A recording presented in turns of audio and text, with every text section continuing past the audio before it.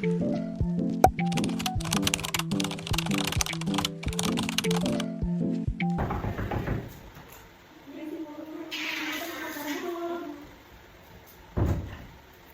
siang Ibu. Perkenalkan, nama saya Atika, mahasiswa dari Universitas Pontianak Prodi Detektif Pidana. Sebelumnya saya berbicara dengan Ibu siapa? Ibu Dwi. Baik ya Ibu, sesuai dengan janji kita kemarin Ibu, di sini saya akan memberikan pendidikan kesehatan kepada Ibu tentang ketidaknyamanan pada trimester 1. Sehingga, apakah Ibu bersedia? Bersedia. Baik Ibu, saya jelaskan terlebih dahulu ya Ibu tentang ketidaknyamanan TM1.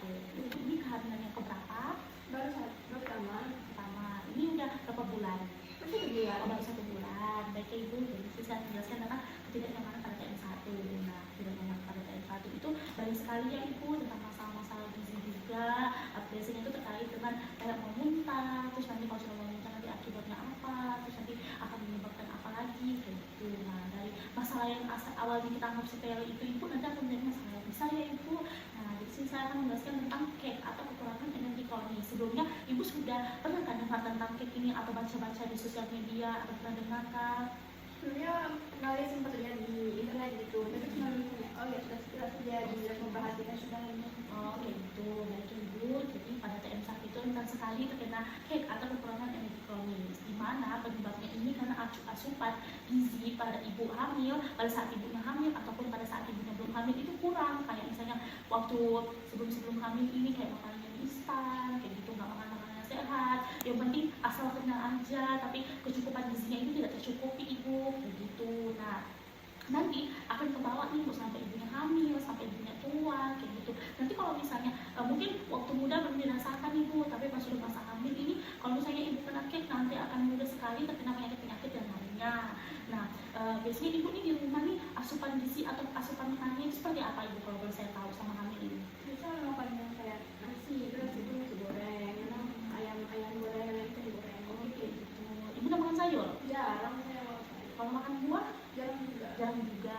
Nah, jadi itu nanti kalau misalnya Ibu jarang makan sayur, makan buah, harus makan seadanya aja, nanti akan menyebabkan akan rentan ibunya terkena KEK nanti. Nah, KEK ini nanti bisa diukur ya Ibu pada saat Ibu pemeriksaan selanjutnya. Nah, KEK ini bisa disebabkan bukan hanya dari asupan gizi yang kurang nih Ibu. Kalau misalnya ibunya stres karena keuangan atau karena ekonomi dan sebagainya, nanti kalau misalnya ibunya tak makan, nah kayak gitu. Nanti kalau asupan makanan yang berkurang, bukan hanya cuma makan aja yang seadanya, tapi gizinya tidak seimbang, nanti ya itu akan menyebabkan KEK Ibu, kayak gitu. Sebenarnya ada nggak di keluarganya yang pernah hamil terus ada pernah kena KEK atau kekurangan energi kronis kayak gitu Bu? Aku nggak tahu, saya belum ada sih.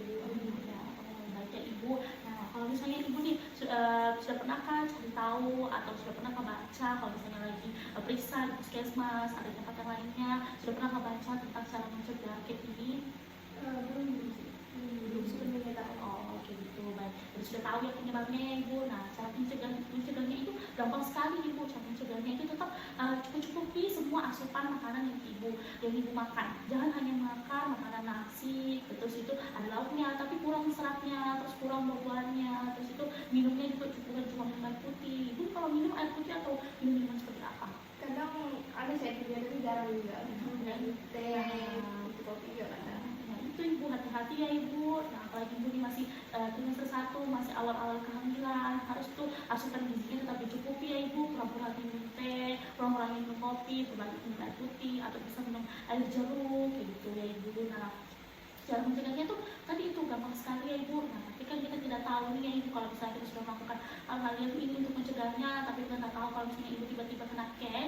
Nah cara penanganannya itu juga Ibu saya jelaskan, tambah asupan kalori dan protein. Nah itu tadi tambah asupan yang sayur, makan buah kayak gitu. Boleh buah-buahannya sayur-sayurnya yang murah-murah aja kayak sayur bayam, kangkung, kelor. Terus kalau buah-buahannya bawa pisang, pepaya, nggak perlu buah-buah yang mahal yang seperti di sosial media itu tidak perlu. Yang penting asupan gizi Ibu cukup, untuk bayi Ibu juga cukup. Jangan sampai ibunya naik berat badannya naik tapi bayinya nggak naik berat badannya. Terus nanti ibunya jadinya naik berat badannya tapi ibunya tidak. Jangan sampai ya Ibu. Terus itu konsumsi makanan tambahan, nanti saya berikan makanan tambahannya Ibu seperti kayak bubur dan sebagainya. Kalau misalnya Ibu sudah melakukan semua hal yang tadi saya jelaskan seperti kayak mencegahnya, penanganannya, tapi tidak ada perubahan sama sekali, Ibu boleh konsultasi ke dokter ataupun ke ahli gizi kayak gitu Ibu. Nah sebelumnya Ibu apakah ada yang ditanyakan? Tidak Tidak ada. Baik Ibu. kalau boleh saya minta nih ibunya, bolehkah ibu jelasin sedikit tentang apa yang saya jelaskan tadi? Ini kan apa kita itu kan kekurangan gizi kepada ibu hamil itu dijaga juga asupan gizinya selama hamil, karena kan selama hamil kan perlu gizi yang seimbang agar janinnya itu berkembang dengan baik, agar bayinya itu berkembang dengan baik dalam perutnya. Jadi yang tidak hanya ibunya, bayi juga perlu gizi yang tadi. Nah, seperti makannya kayak nasi, sayur, buah-buahan itu perlu dicukupin juga seperti itu. Oke ibu, terus ibu untuk cara mencegahnya seperti apa? Dalam mencegahnya tuh tetap makan makanan gizi, seperti kayak sayur-sayuran, darah putih juga perlu, terus juga buah-buahan juga perlu, kayak bikin buah-buahan seperti kayak pisang. Oke, berarti ibu saya anggap ibu sudah pahamnya tentang kekurangan energi proteinnya sebenarnya. Terima kasih ya ibu sudah bagus tadi menjelaskannya, hampir semua yang saya jelaskan ibu boleh jelaskan ulang. Saya sudah apresiasi ibunya sudah bagus. Nanti saya harapkan ibunya tetap menerapkan ini di rumah ya ibu, jangan sampai ibunya lengah terhadap makanan-makanan yang makanan-makanan zaman sekarang. Tetap jaga gizi seimbang ibu untuk bayinya juga, untuk bayinya. Soalnya apakah ada yang ditanyakan lagi ibu?